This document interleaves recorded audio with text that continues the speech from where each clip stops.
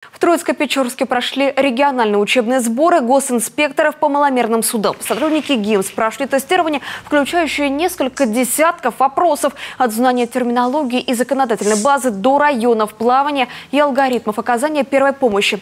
Были проведены практические занятия и зачеты по управлению различными типами маломерных судов. Кроме того, обсудили важные темы ведения единого реестра маломерных судов и учета удостоверений на право управления, аттестационной и регистрационная деятельность. Обменялись практическим опытом. В ходе сборов мы подвели итоги деятельности центра за первое полугодие 2022 года, поставили задачи на последующие периоды.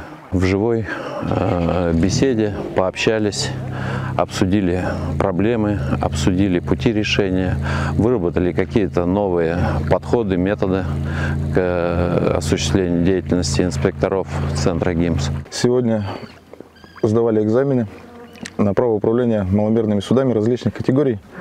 Теоретические экзамены сдали успешно, вопросы были сложные, но мы все справились. Отрабатываем практические навыки вождения. На сборах выявили направления, требующие особого внимания. Сейчас тревогу вызывает обстановка на водоемах республики.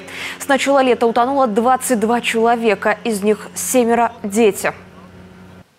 Основными причинами гибели людей на воде это остается купание в необорудованных местах, а гибель детей – это безнадзорность со стороны взрослых. Хочется обратиться к родителям, чтобы они контролировали всегда местонахождение своих детей, а также довели до них требования безопасности на водных объектах, чтобы дети понимали, что купание в необорудованных местах может привести к большой трагедии. Тем временем в Коми до сих пор оборудованы не все запланированные места для купания.